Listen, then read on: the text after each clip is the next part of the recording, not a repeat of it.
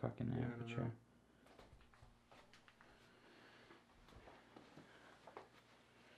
And it's recording? If you could just stand up and check and make sure that my eyes are red, and then come back, and then if it's focused, we should be good. The red's in my eye? Yep. Right, Red was in my eye too?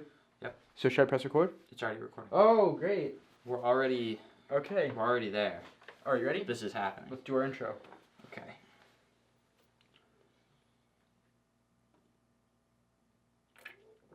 All right, everybody, what's up? Welcome What's back. going on, guys? Welcome to the Screen Surger podcast. The number one podcast in the world. And we have absolutely no guests here today, but what we do have is the two of us, and I think that our company is more than enough. And should be. We're more entertaining than anybody who I could have possibly thought to bring on. So. Yeah, and we don't have any guests planned for the foreseeable future except for our other brother who will be joining us, but he can't be here right now. He's on an important fishing trip. Mark Cuban's there. Mark Cuban is there. They're Just fishing so for you know. bonita fish. Have you ever seen a bonita fish? Absolutely massive creature. But without further ado, let's get into it. So, what is Screen Surger? And basically, I think that I want to introduce our brand, and this is a good way to do it. So, without further ado, Screen Surger is a production company, and our end goal and what we currently do is create feature films, short films, all sorts of independent content, but including this podcast. But we really have to. We think the future of media is to kind of do it yourself. Mm-hmm. So that's why we're doing it. That's why we started the podcast. To build. Stop you right there. It's a bit of a fucking lie because we haven't actually made a feature film yet, but we are going to. We've made several indie productions. We've got a lot of exciting projects in the works, though. That's not true. The first feature film, which we were associate producers on, is coming out sometime this year. It's going to be only in theaters. I don't know any specifics about it yet. I'm not going to say anything, but it's going to be in theaters sometime this year.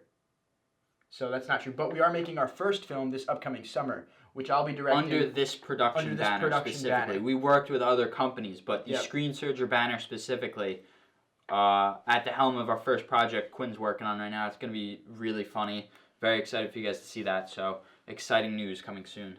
Yeah. And basically, what we offer here is a full service. So tell them a little bit about Render Row, and let's talk about what that is exactly.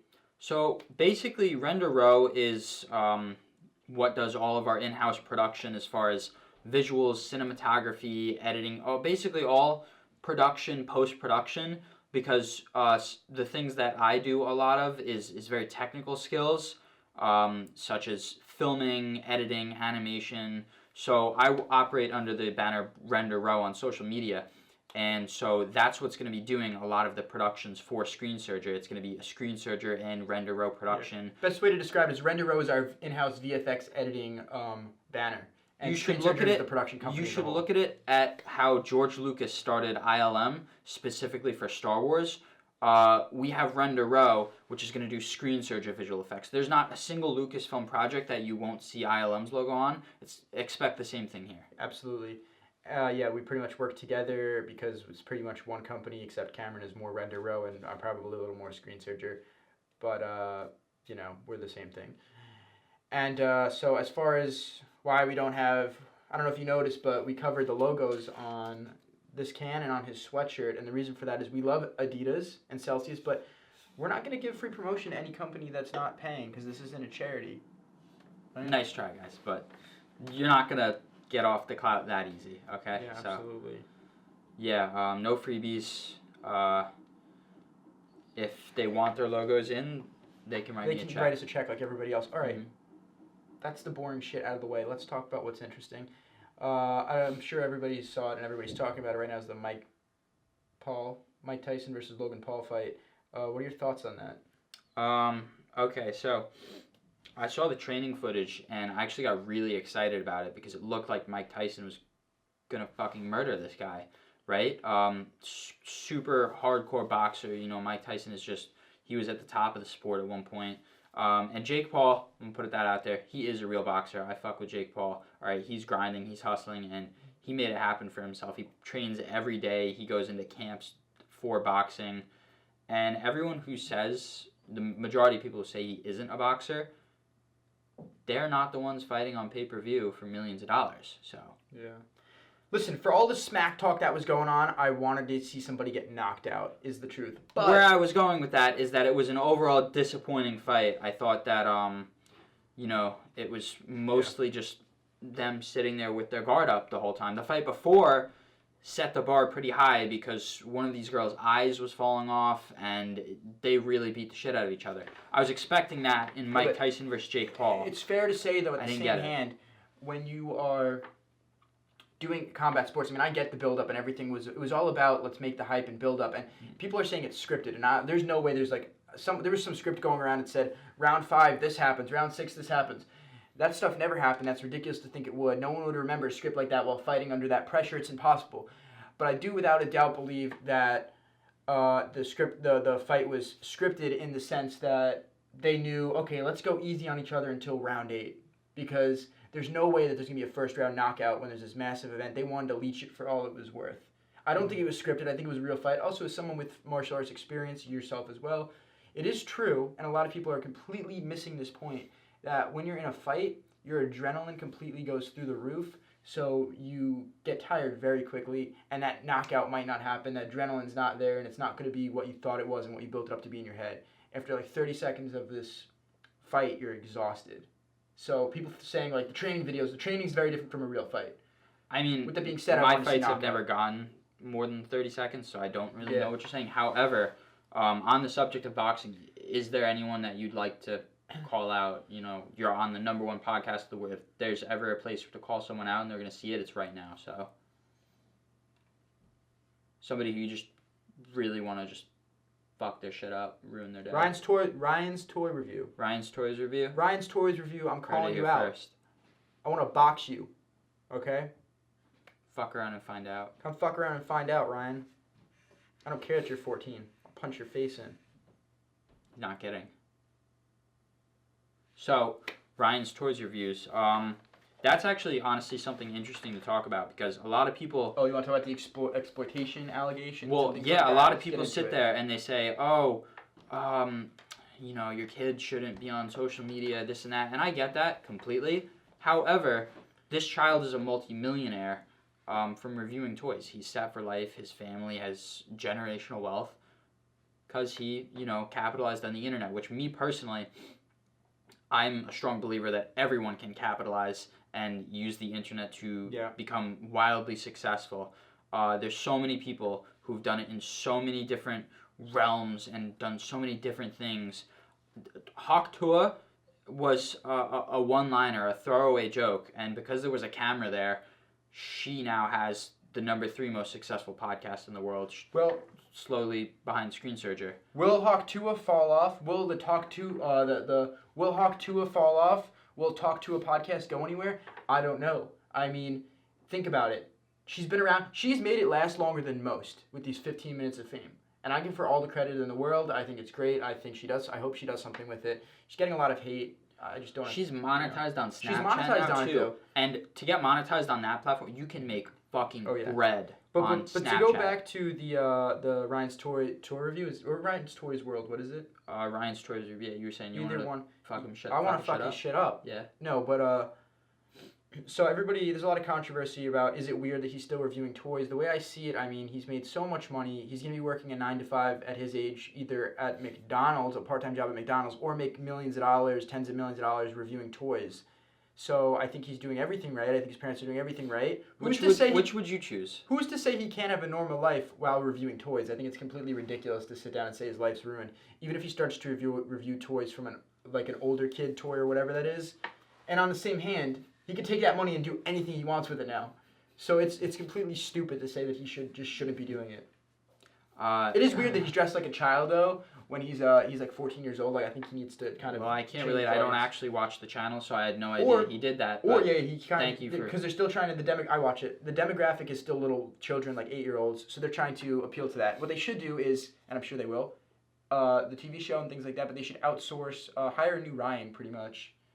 Dog, he's just recast just a white kid or just a black kid instead recast Ryan. Recast Ryan. It'll happen eventually in 10 years. Disney will just do a remake like they always do, and it'll happen. I mean, recast Ryan. They don't need the kid. The new generation doesn't even know the kid. They just know the. Mm-hmm.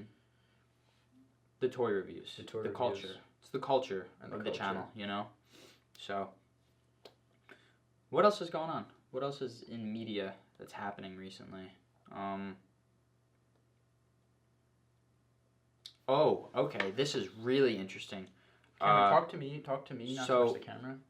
I'm Talking gonna to cut the this. audience. I know, but it's a podcast, you're supposed to talk to me. You're talking just to the camera. Talking to the fans. I know, it's easier if you're having a conversation with me. You're not talking to the camera. That's just a sit To monologue. give them No, I'm attention, serious. too. Talk to me. This is a podcast. Talk to me and we'll edit this part out. Go. Sorry, guys. So, I watched the trailer for How to Train Your Dragons. It's live action now. I know. First off, they already made the movie. I don't So, while watching the trailer, that was my first thought was, wait, I've already seen all of this. And honestly, the whole thing, it's already animated, except they just have a real kid in an animated film now. Which was a little Defeats the jarring for me. The purpose. CG looks incredible, and I'm sure I fucking loved the first movie, so I'm sure I'm going to like the first movie again. Yeah. It's just, it was a little weird because the CG was actually really close to the animated version, so it was weird to see a real person standing next to Toothless who looked almost identical, aside from really high quality textures that are now photorealistic and it's less stylized. So really interesting to see, though. I am excited for that project. Now, I mean, I don't even, sorry, burping.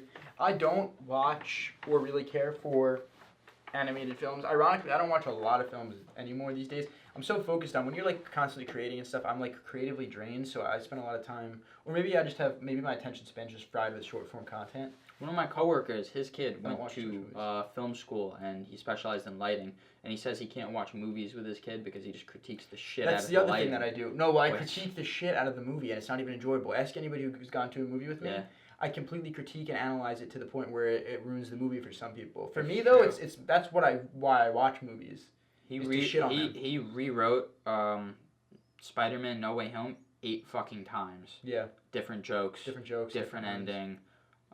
Yeah, it ruined the movie for a bit for me, and I love Spider-Man. It's actually a good way to get good at writing, I think, is to take a movie and rewrite a scene from it, and then if it reads like the movie, then you're probably a pretty decent writer. I don't know. I mean, I've never done that. Never really rewritten a movie. Or just a scene from it, yeah. Was my college degree worth it, and did I get anything out of it? Fuck no. Yeah, I gotta say, I didn't get anything out of my college degree.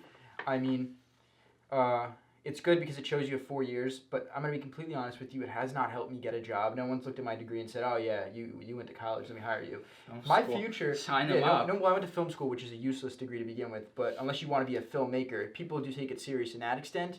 But I don't think that it's not gonna make my career. What's gonna make my career is going out and doing things like this, writing my own projects, building my own fan base, and then really making our own ecosystem like we've already done. That's what's gonna make our career. Everything really being an that I entrepreneur. have, It's being a everything that marketer. I have that I've done so far, with my own social media and my own content that I'm really proud to show off in my job, which I do all the content for the company that I'm at. All of that came from being self-taught. Yeah. I went to another school which was very hands-on, which was great. It was almost like a vocational school, but for radio and television. So that was really awesome. But film school fucking sucks. Everything was just about the ideas behind film. Oh, well, let's talk and about this for a being second. a film critic and film theory, and they did not teach you shit. It was minimal on how to actually pick up a camera and use it, and that's why all those kids, for the most part, are inept, and they can't sit down and make their own projects, and they're like, oh, I need a budget of $1 million to do this podcast.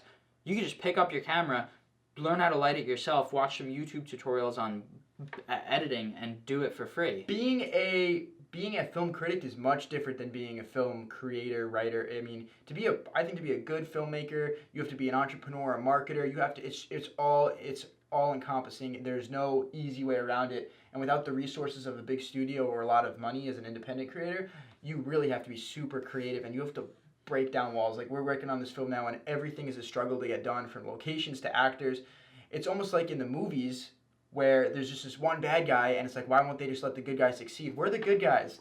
and everybody's out to make us fail. If you tell people you're making a movie, you will get fucking robbed. You'll get fucking robbed. We got a quote for a location for 12 days, $40,000. A public school that I went to, and I said, we're alumni from this school. I reached out with their mission statement. The fucking janitors need $100 an hour. Yeah, I reached out with a mission statement to the school, and I said, hey guys. Well, first off, I said, hey, can we use this location? We're alum, we're this, that. And then they said, oh, we don't rent to outside organizations. I said, I'm not an outside organization. I'm an alumni who's looking to use the resources in my community, which I should be able to do, that I pay taxes for. I sent them the mission statement, which pretty much says that that's what they're all about. Then they said, oh, yeah, okay, never mind, we do. Then they quote us a price for $40,000. 12 days. That's somebody's salary. To use a public school. For 12 days at a school that we fucking graduated from, that will be open regardless. Now, we're going to get around that. We're going to get around that, and we are going to get the location. I don't know how it is going to happen, though, but nobody's out to help you. Everybody wants to see you fail. The second that people hear you're doing, if they hear short film, they'll usually turn and run the other way. Yeah. If they hear film and they think that there's a chance, they're just going to look at you like you're an ATM and try to rob you, because that's what happened. In the same hand, you can't get in the door unless you name drop who you are and what you're doing and who you're working with. We have some cool stuff going on with the project. This is the film that we referenced earlier. So we did a bit of a name drop because these people would not work with us at all. Keep in mind we went to this school. Yeah, we went to this school. They would not work with us. So we introduced a little bit more of what was happening exactly, people that were attached to the project, some of our platforms which have pretty good followings on social media, and they said, oh, okay, $40,000, it could be yours. Yeah, which is insane. Now, well, that's bullshit, by the way. This brings me to my second point, which is that I pride myself, and we pride ourselves on the fact that, in all honesty, we bullshitted our way through college. And we put more work into bullshitting our way through college than we did studying for tests and exams. And I think that's harder to do. It's like the scene in Clueless, where she goes, yeah, I negotiated my way to a B- from a C+. And he couldn't be more proud of her than if she actually took the class and tried. I actually did that. I only got up to a D, but D is the first letter of degree, okay? I negotiated my way from, I took a class, it's a math class. Math is not my strong suit. You had to score a total of 25 points to pass the class, and with 2 weeks left in the semester, I had scored 3 points. So I spoke to my professor. I said, listen, I'm supposed to graduate, so I can't fail this class. He said there's nothing he could do to help me.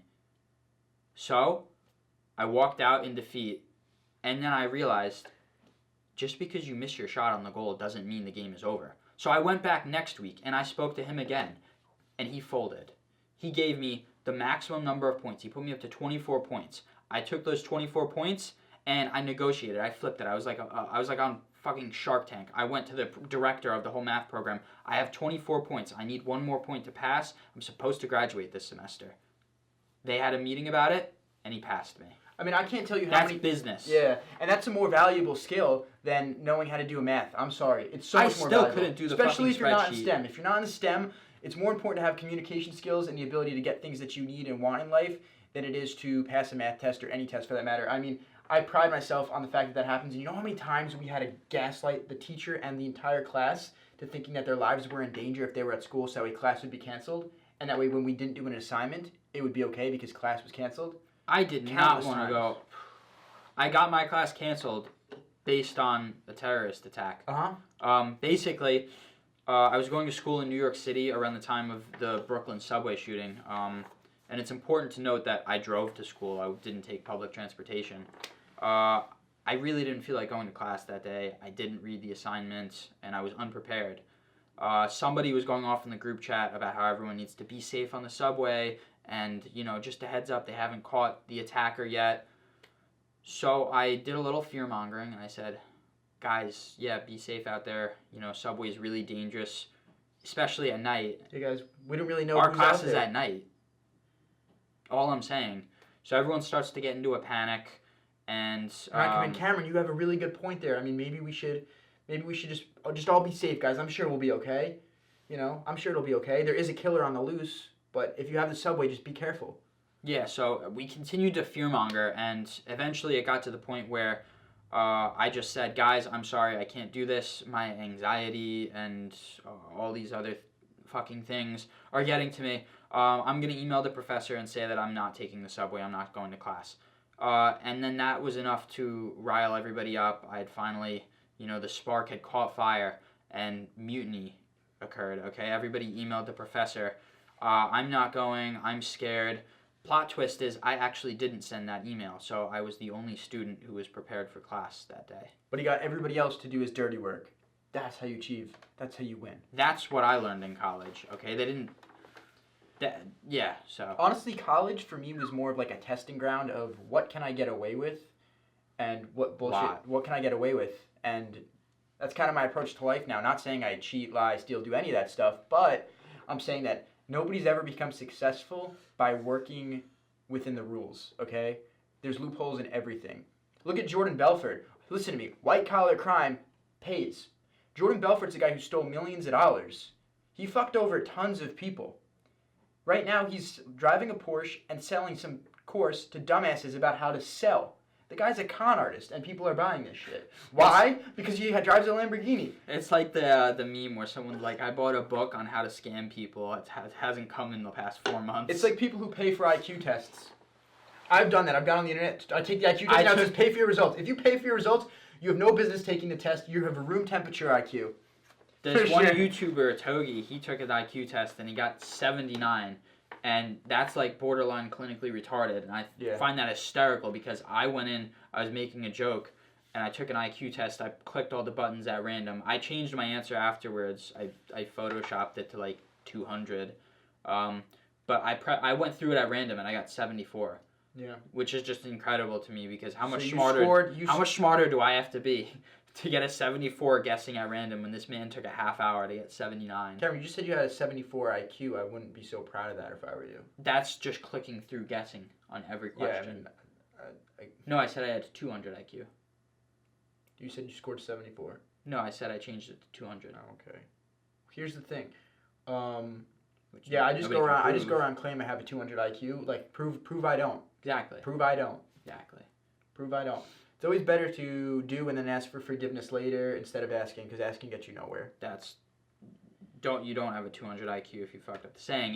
It's always better to ask for forgiveness than permission. And it's true. That's 100% true. Because everybody will fucking tell you no the first chance they get. So just do what you have to do.